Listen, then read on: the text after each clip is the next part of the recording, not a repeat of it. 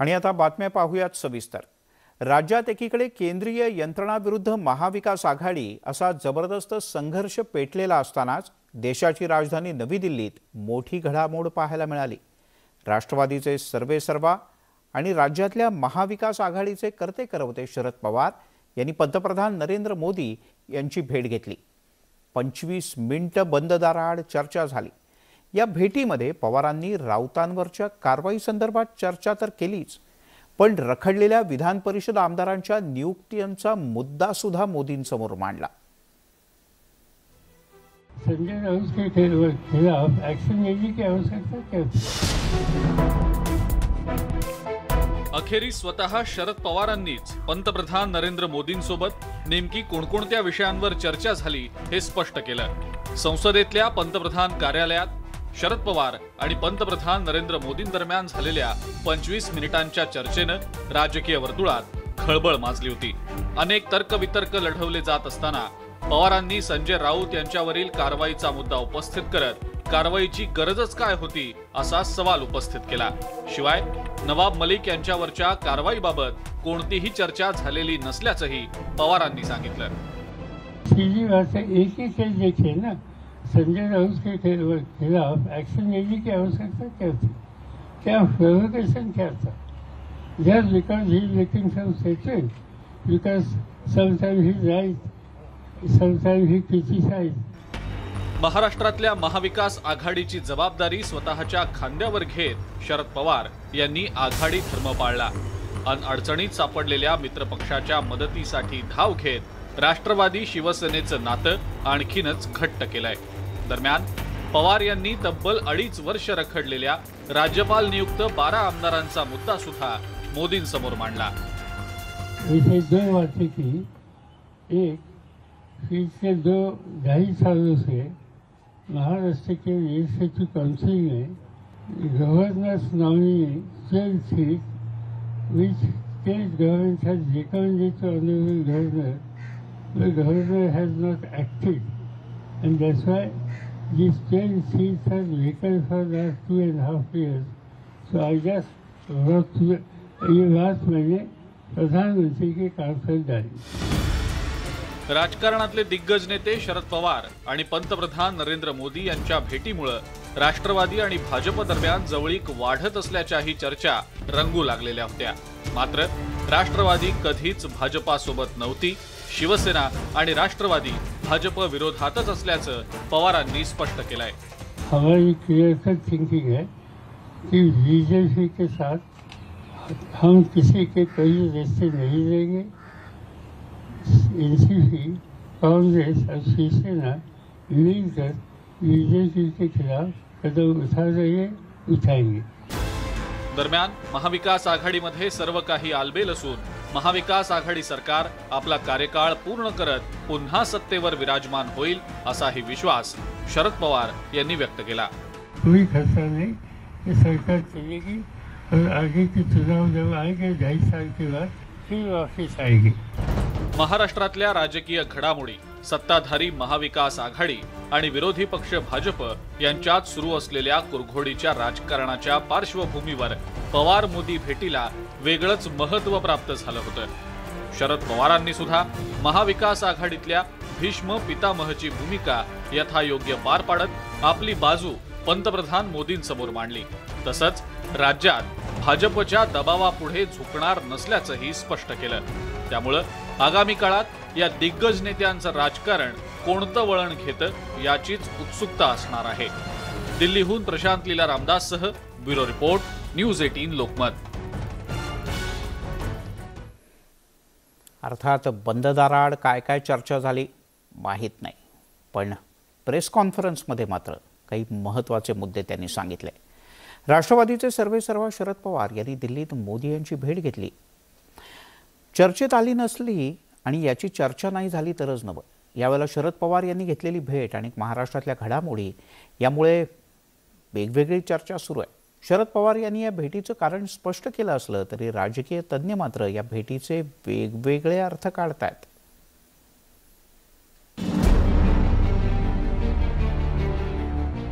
केंद्रीय तपास यंत्रणांकडून राज्यातील विविध नेत्यांवर सुरू असलेल्या कारवाईच्या पार्श्वभूमीवर शरद पवार आणि नरेंद्र मोदींची अनपेक्षित भेट पार पडली।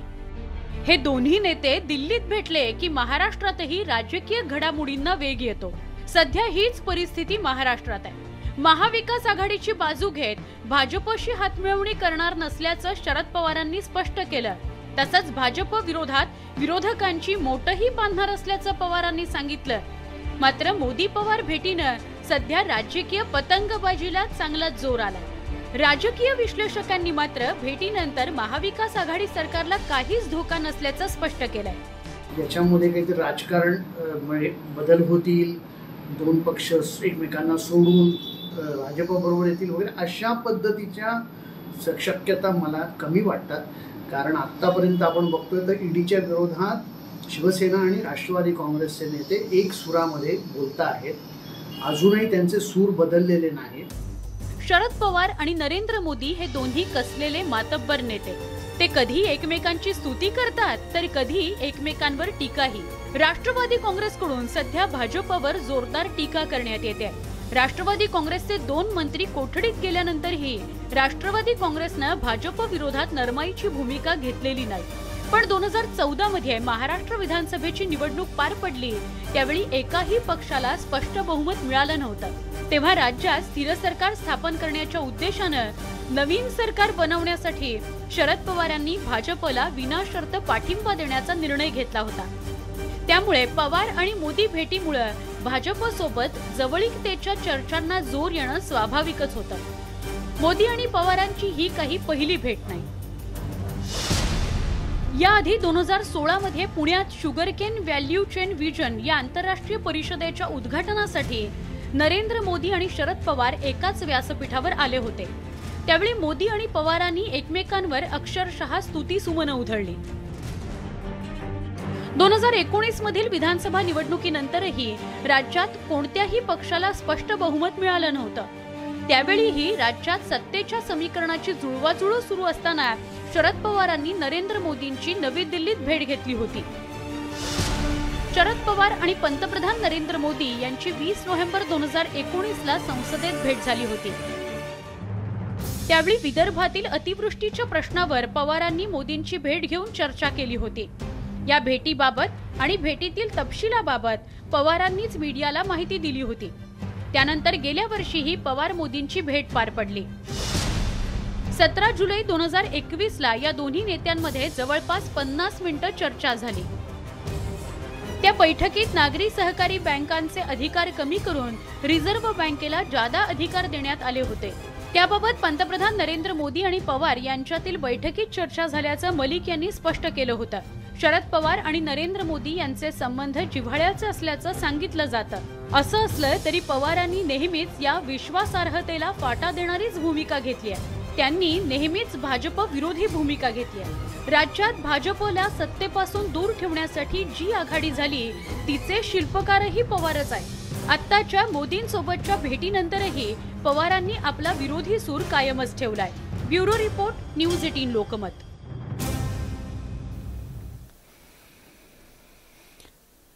वळूयात पुढच्या काही बातम्यांकडे। भाजपचे माजी खासदार किरीट सोमय्या अडचणीत येण्याची शक्यता आहे, कारण INS विक्रांत जहाज वाचवण्यासाठी जमा केलेला पैसा राज्यपाल कार्यालयात पोहोचलेलाच नाही, अशी धक्कादायक बाब समोर आली। माहितीच्या अधिकारात ही गोष्ट समोर आल्याचं शिवसेनेचे खासदार संजय राऊत यांनी पत्रकार परिषदेतच जाहीर केलं। 57 कोटी रुपयांची रक्कम गेली कुठे, असा प्रश्न त्यांनी उपस्थित केला। सोमय्या हे CA असल्यामुळे असा पैसा कसा पचवायचा याची त्यांना माहिती आहे, असा आरोपही त्यांनी केला। या प्रकरणी किरीट सोमय्या यांच्यावर देशद्रोहाचा गुन्हा दाखल करण्याची मागणी सुद्धा राऊत यांनी करून टाकली। माहिती अधिकार कार्यकर्ते धीरेंद्र उपाध्याय यांनी राज्यपाल कार्यालयाकडून याबद्दल माहिती मागवली होती, मात्र राज्यपाल कार्यालयात असा कोणताही निधी मिळाला नसल्याचं स्पष्ट करण्यात आलं।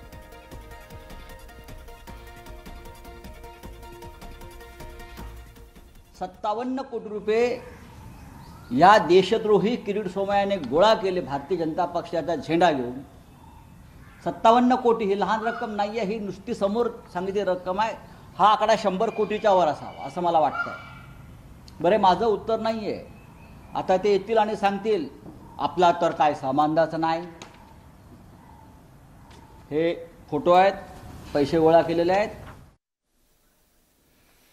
दरम्यान आज राऊत यांनी केलेल्या आरोपांवर संजय राऊत यांनी कायद्यानं उत्तर द्यावं असं फडणवीस म्हणाले. तर फडणवीसांनी सोमय्या यांची बाजू घेतल्यानंतर राऊत यांनी सुद्धा त्यांना सुनावलंय.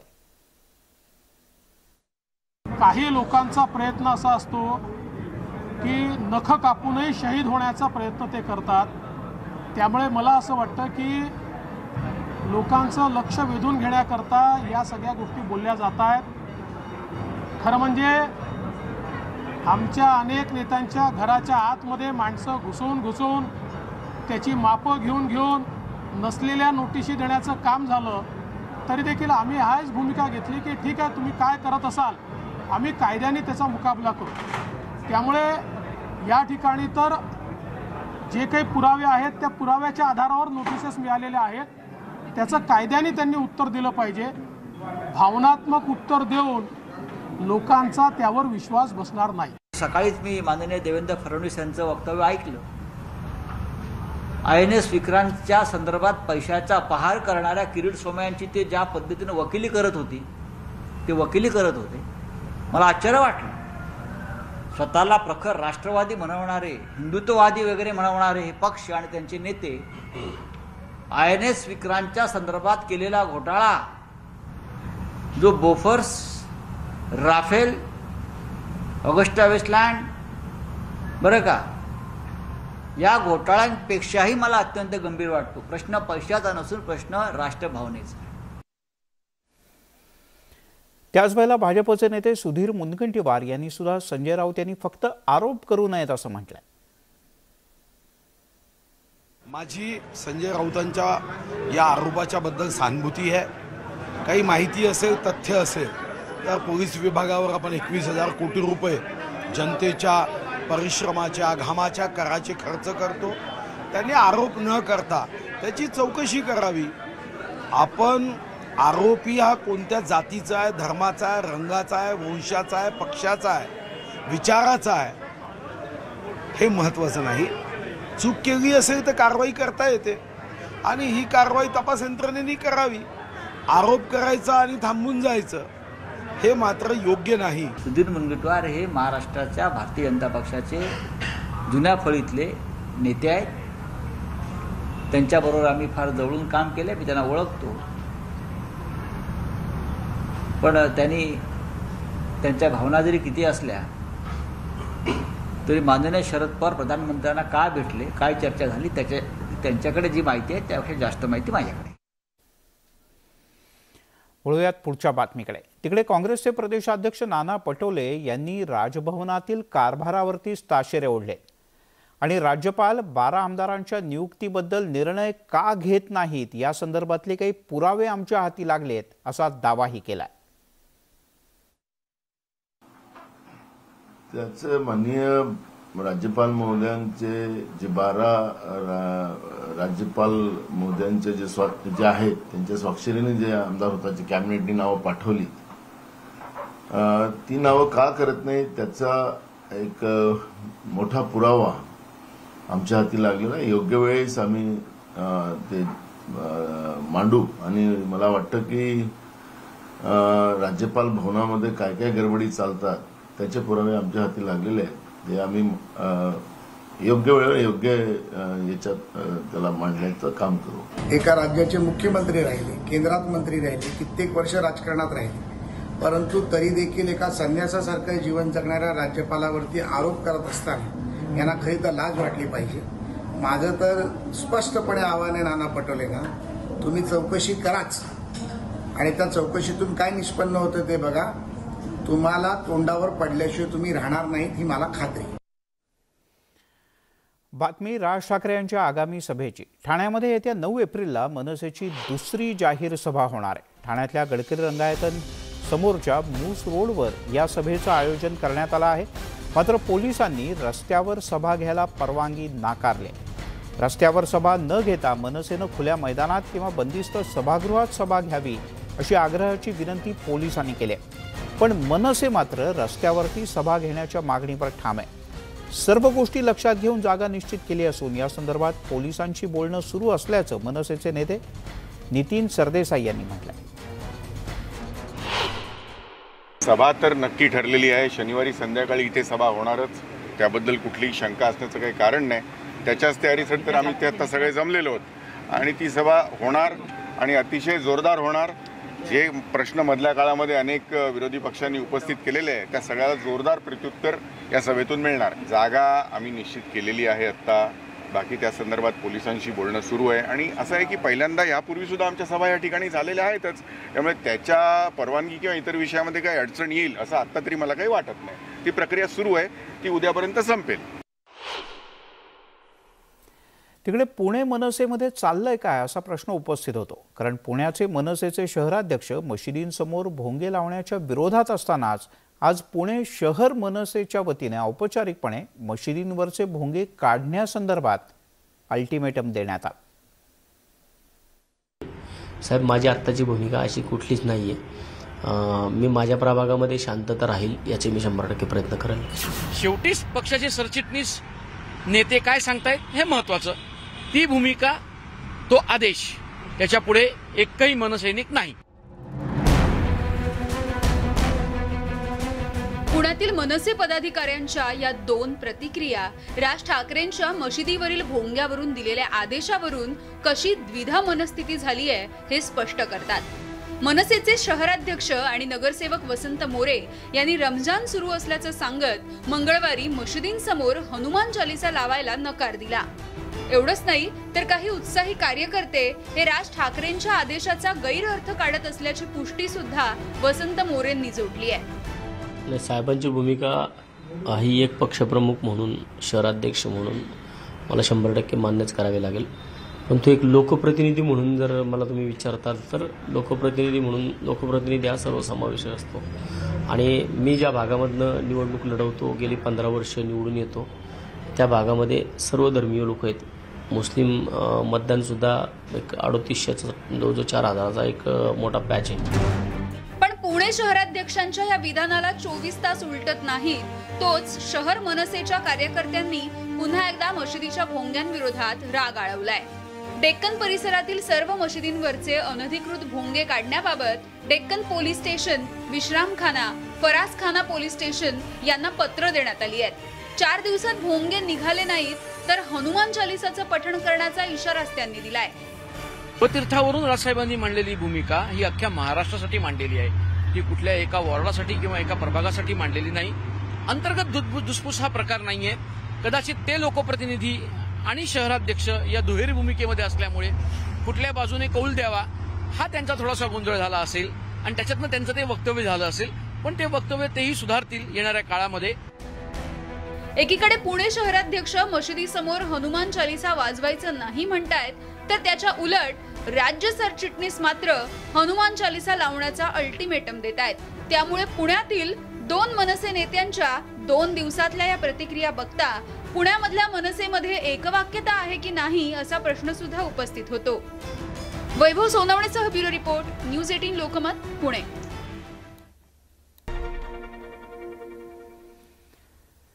आपण पाहताय दिवसभराच्या बातम्या आणि या क्षणाची एक मोठी महत्त्वाची बातमी हाती येते. ती म्हणजे IPS अधिकारी रश्मी शुक्ला फोन टॅप प्रकरणामध्ये राष्ट्रवादी काँग्रेसचे नेते आणि माजी मंत्री एकनाथ खडसे उद्या आपला जबाब नोंदवणार आहेत. कुलाबा पोलिसांनी एकनाथ खडसे यांना पाचारण केलेलं आहे आणि उद्या सकाळी 11 वाजता एकनाथ खडसे हे कुलाबा पोलीस स्थानकात पोहोचून रश्मी शुक्ला प्रकरणामध्ये आपला जबाब नोंदवतील. कारण एकनाथ खडसे यांचाही फोन टॅप करण्यात आला होता. स्वतः खडसे यांनी सुद्धा अशाच प्रकारचा आरोप केला होता.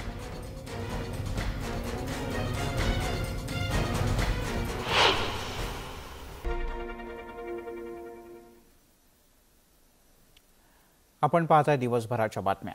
महाराष्ट्राचे माजी गृहमंत्री अनिल देशमुख यांचा ताबा आता CBIनं घेतलाय. 11 एप्रिलपर्यंत देशमुख यांना CBI कोठडी सुनावण्यात आले.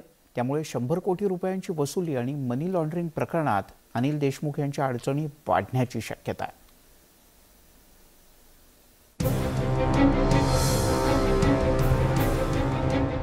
महाराष्ट्राचे माजी गृहमंत्री अनिल देशमुख यांच्या मागे लागलेलं शुक्ल काष्ट काही केल्या सुटण्याचं नाव घेत नाही।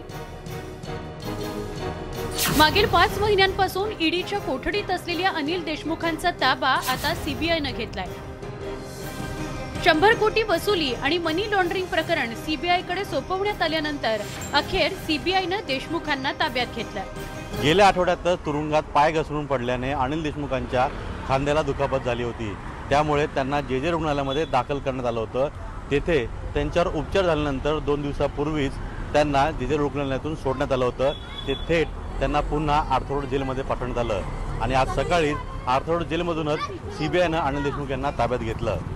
मुंबईचे माजी पोलीस आयुक्त परमवीर सिंग यांनी अनिल देशमुखांवर 100 कोटींच्या वसुलीचा आरोप केलेला। त्यानंतर हे प्रकरण सीबीआयकडे सोपवण्यात आलं। सीबीआयने या आधीच सचिन वाझे, देशमुख यांचे सचिव संजीव पालांडे, कुंदन शिंदे यांना अटक केली आहे। मात्र अनिल देशमुख जे रुग्णालयात भरती असल्याने त्यांची अटक टळली होती। पण बुधवारी देशमुखांना डिस्चार्ज मिळाल्यानंतर तात्काळ सीबीआयने देशमुखांचा ताबा घेतला। अनिल देशमुखांना ताब्यात घेतल्यानंतर सीबीआयने देशमुखांना कोर्टात हजर केलं। यावेळी अनिल देशमुखांच्या वकिलांनी त्यांची रिमांड टाळण्यासाठी सुनावणी घेण्याची मागणी केली, पण कोर्टाने पुन्हा एकदा ही मागणी फेटाळत देशमुखांची रवानगी सीबीआय कोठडीत केली।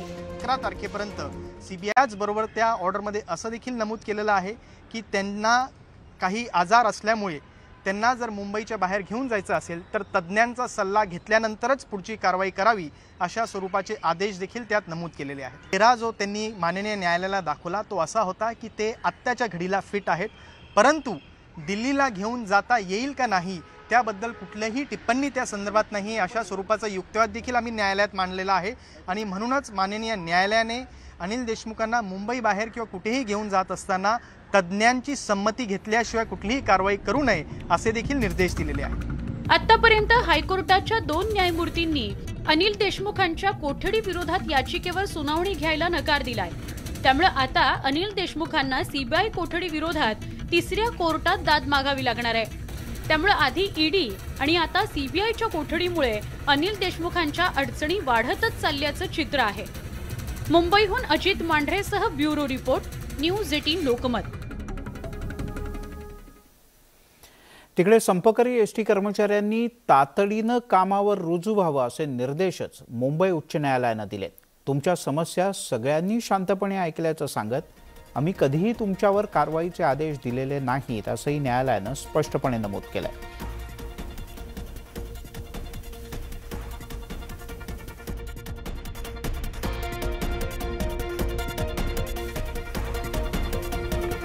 आज काय नेमकं न्यायालयात झालं आपण पाहतो। तुमची विलीनीकरणाची मागणी पूर्णतः अमान्य झाली असं न्यायाधीशांनी म्हटलं। विलीनीकरण हा सरकारचा धोरणात्मक निर्णय आणि तो सरकारनं जाहीर केलाय। पुढील 4 वर्ष महामंडळ चालवलं जाईल असंही न्यायालयानं म्हटलं। त्याच वेळेला आर्थिक निकषांच्या आधारावर राज्य सरकार योग्य तो निर्णय घेईल असं नमूद करतानाच कामगारांना कामावरून काढून टाकून त्यांच्या जगण्याचं साधन काढून घेऊ नका असं म्हणतही न्यायालयानं सहानुभूती व्यक्त केली। कारवाईबद्दलचा पुनर्विचार महामंडळानं करावा आणि कर्मचाऱ्यांना कामावर रुजू करून घ्यावं असंही न्यायालयानं स्पष्टपणे म्हटलंय। संपकरी एसटी कामगारांनी तातडीनं कामावर रुजू व्हावं असा जवळपास शेवटचा इशारा मुंबई उच्च न्यायालयानं दिला आहे।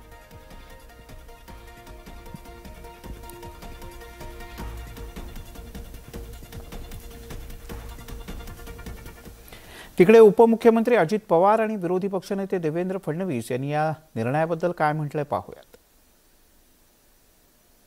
ठिकाणी करू नका, आपण बसून मार्ग काढू। मुख्यमंत्री आवाहन करत होते, आम्ही सगळे करत होतो, अनिल परब साहेब करत होते, परंतु मॅटर शेवटी हायकोर्टामध्ये गेली। आपण समिती नेमली, समितीचा अहवाल आला विलीनीकरणाच्या बाबतीत। मी त्यांना अनेकदा उदाहरण देत होतो की मागे अशाच पद्धतीने टोकाची भूमिका घेतल्यानंतर गिरणी कामगारांच्या काय अवस्था झाली। शेवटी असेल तर मी त्यांचे आभार मानतो, कारण एसटी कर्मचाऱ्यांना ज्या प्रकारे वागणूक हे सरकार देत आहे हे योग्य नाही आहे। सरकारने यातनं मार्ग काढायचाच नाही असा इगो तयार केलेला आहे, त्यामुळे हा प्रश्न चिघळतो। तिकडे कोल्हापूर उत्तर विधानसभेच्या पोटनिवडणुकीचा प्रचार आता हळूहळू अंतिम टप्प्याकडे वळतोय। आघाडी आणि भाजपचे नेते अतिशय आक्रमकपणे प्रचार करतायत। भाजपचे राष्ट्रीय महासचिव सुनील देवधर यांनी आज कोल्हापूरमध्ये जाहीर सभा घेतली। यावेळेला पालघरच्या साधू हत्येचा व्हिडिओ बघा आणि मग मतदानाला बाहेर पडा असं भावनिक आवाहन त्यांनी केलं। मुंबईत ब्लास्ट केले त्या याकूब मेमनच्या फाशीच्या माफीसाठी सध्याचे मंत्री असलेल्या असलम शेख यांनी राष्ट्रपतींना पत्र लिहिलं होतं। त्यावेळेला काँग्रेसचं सरकार दहशतवादाला एक प्रकारे पाठिंबा देत होतं असा आरोपही त्यांनी थेट केला। मनसेच्या मशिदीवरचे भोंगे उतरवण्याच्या मागणीचं सुद्धा सुनील देवधर यांनी समर्थन केलं। आणि मग अँगल शोधण्यासाठी पोलिसांवरती एटीएस वरती दबाव आला आणि दबाव आल्यानंतर हिंदू दहशतवाद नावाचा एक चुकीचा शब्द, सर्वेपि सुखिनः सन्तु सर्वे सन्तु निरामयाः सर्वे भद्राणि पश्यन्तु मा कश्चित् दुःख भाग भवेत म्हणणारा हिंदू हा कधी दहशतवादी असू शकत नाही। पण म्हणून आम्हाला कोणी गृहीत धरू नये। आणि या तिघाडी सरकारनी हिंदू द्रोहाची जर सगळ्यात पहिली सलामी ठोकली असेल तर ती पालघरमध्ये साधूंच्या हत्याकांडामध्ये झालेली। माझ्या भावा बहिणींनी तो व्हिडिओ जरा काढून एकदा बघा। वोटिंगला जाण्यापूर्वी पालघरच्या साधूंच्या हत्येचा व्हिडिओ बघा आणि नंतर वोटिंगला जा तुम्ही।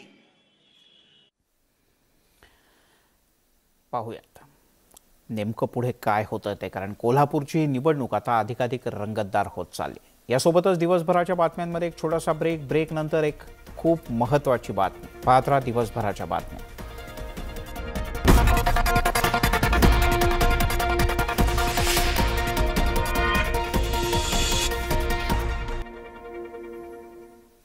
आपण पाहताय न्यूज 18 लोकमत। कोल्हापुरात एक अत्यंत धक्कादायक आणि विकृत घटना समोर आली।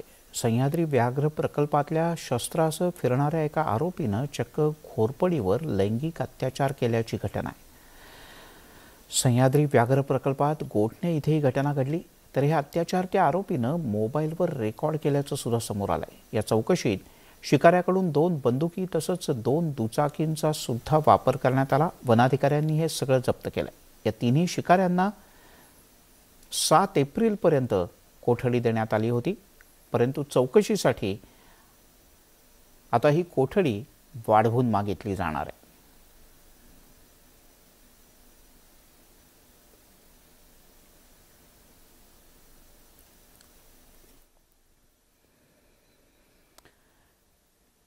यासह दिवसभराच्या बातम्यांमध्ये इथेच थांबूयात। पण कोल्हापूरसह राज्याच्या अनेक भागात अवकाळी पाऊस पडला। जर का तुम्ही शेतकरी असाल आणि शेतामध्ये तुमचं पीक काढणीला आलं असेल तर हवामान खात्याचा रिपोर्ट नक्की पहा। आमच्या वेबसाईटला लॉग ऑन करा, news18lokmat.com या, तसंच आमच्या यूट्यूब चॅनलला सुद्धा सबस्क्राईब करा। यासोबतच दिवसभराच्या बातम्यांमध्ये इथेच थांबूयात। थोड्याच वेळात मुंबई महानगरातल्या अनेक महत्त्वाच्या बातम्या आणि एका खास रिपोर्टसह येतोय माझा सहकारी अजिंक्य।